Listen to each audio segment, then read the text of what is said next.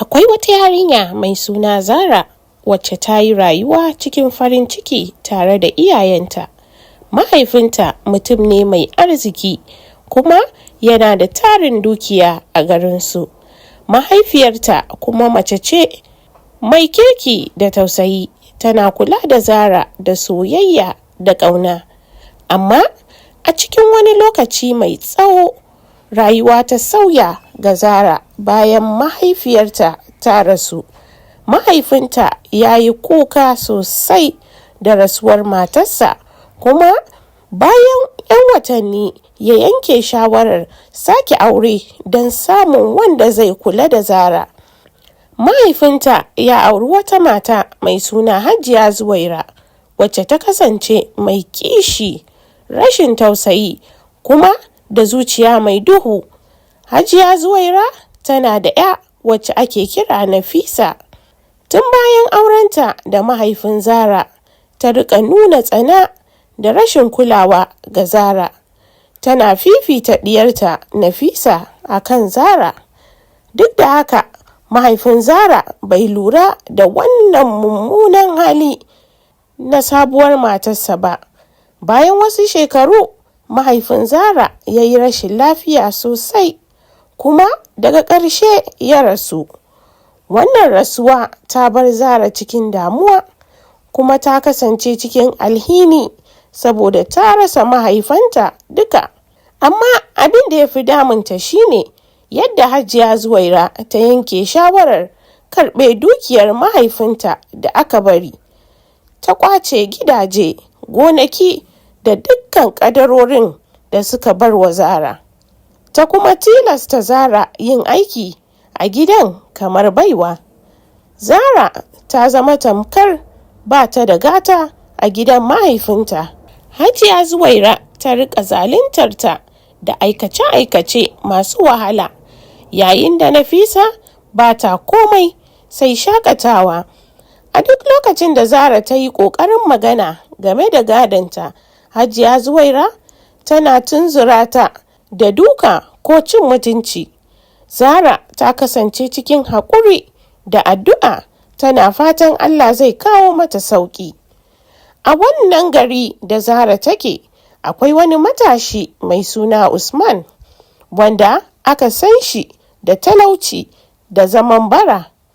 Usman yana yawo a gari yana neman taimako daga mutane, amma ba kowa ya san haƙiƙanin asalinsa ba. Wata rana, Usman ya je gidan Hajiya Zuwaira don neman taimako. Zara, wacce take da zuciya mai tausayawa, ta fito ta ba shi abinci, duk da cewa ita ma tana cikin wahala. Usman ya kalli Zara, ya lura da kyakkyawan halayenta da juriya duk da irin tsanantarwar da ake mata daga mahaifiyarta ta riƙo. Wannan abu ya burge shi sosai. Bayan kwana biyu, Usman ya zo ya nemi izinin auren Zara. Lokacin da Hajiya Zuwaira ta ji wannan batu, sai ta yi dariya sosai. Ta ce, "Ai, wannan dama ce da na jima ina jira. Zara za ta auri talaka irinka." Ba tare da wani tunani ba, ta amince da auren, domin tana ganin cewa Usman ba shi da wani amfani sai dai ya zama wata hanyar don raba Zara da ita har abada. Zara ta yi kuka sosai, tana ganin yadda Hajiya Zuwaira ta yi mata wannan zalunci, amma ba ta da wani zaɓi sai ta amince da ƙaddararta. Auren Zara da Usman ya kasance cikin sauƙi, ba tare da wani biki mai girma ba, kuma nan take aka tura Zara zuwa gidan Usman. Bayan kwana biyu da auren, sai wani abu mai ban mamaki ya faru. Wata rana, Zara tana zaune a gida tare da Usman, sai ta ji ƙarar ƙafofin doki da kukan ƙaho suna tashi daga nesa. Da ta leƙa waje, sai ta ga wani jerin gwanon mutane suna tahowa da hanzari daga wani wuri mai nisa. Mutanen sun zo da kayan alatu, tare da dokuna da raƙuma. Da suka ƙaraso sai suka tsaya a ƙofar gidan Usman. Mutanen sun fito daga cikin gwanon suka durƙusa a gaban Usman suna cewa, ranka ya daɗe, mun zo mu ɗauke ka zuwa gida. Lokaci ya yi da za a koma da kai fadar mahaifinka domin ka zama sarki a gado. Zara ta yi mamaki sosai, ta kalli Usman tana tambaya, me ke faruwa? Shin kai waye?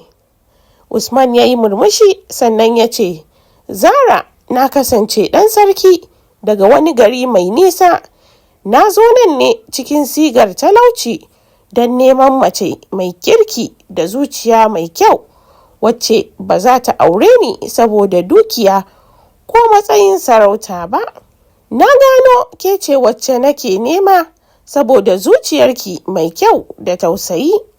Yanzu lokaci yayi da za mu koma gida, kuma za ki zama sarauniya. Zara ta yi kuka da farin ciki, tana mai gode wa Allah da ya kawo mata wannan farin ciki bayan wahalhalun da ta sha. Usman ya ɗauke ta suka hau doki tare da mutane suka tafi zuwa garinsu da arziki mai tarin yawa. Bayan wannan gagarumin abu da ya faru, labari ya bazu cikin gari. Hajiya Zuwaira ta samu labarin cewar Usman da ta aura wa Zara ɗan sarki ne, kuma yanzu Zara ta zama sarauniya. Sai ta yi nadama sosai, tana jin haushin kanta. Ta fara ganin cewar ta yi kuskure, domin da ta sani da ta aura wa Usman ‘yarta Nafisa ba Zara ba. Hajiya Zuwaira ta yi kuka da nadama tana cewa, na yi kuskure, da na san cewar Usman ɗan sarki ne, da Nafisa ce za ta aure shi. Yanzu Zara za ta rayu cikin dukiya da farin ciki, yayin da ɗiyata Nafisa za ta ci gaba da zama cikin matsanancin hali. Amma duk nadamar da Hajiya Zuwaira ta yi ba ta iya canza komai ba. Zara ta samu farin ciki da soyayya, yayin da Hajiya Zuwaira ta ci gaba da zama cikin baƙin ciki da nadamar zaluncin da ta yi wa Zara. Wannan labari yana koya mana cewa zalunci da tsana ba su taɓa kawo alkhairi ba. Duk wanda ya yi wa wani mugunta da sannu zai fuskanci nadama a rayuwarsa. Haka kuma yana koya mana mahimmancin kirki da tausayi, domin kyawawan halaye su ne ke kawo nasara mai ɗorewa. Allah yana kula da masu zuciya mai kyau, kuma zai tabbatar da cewa su ne za su ci nasara a ƙarshe. Na gode.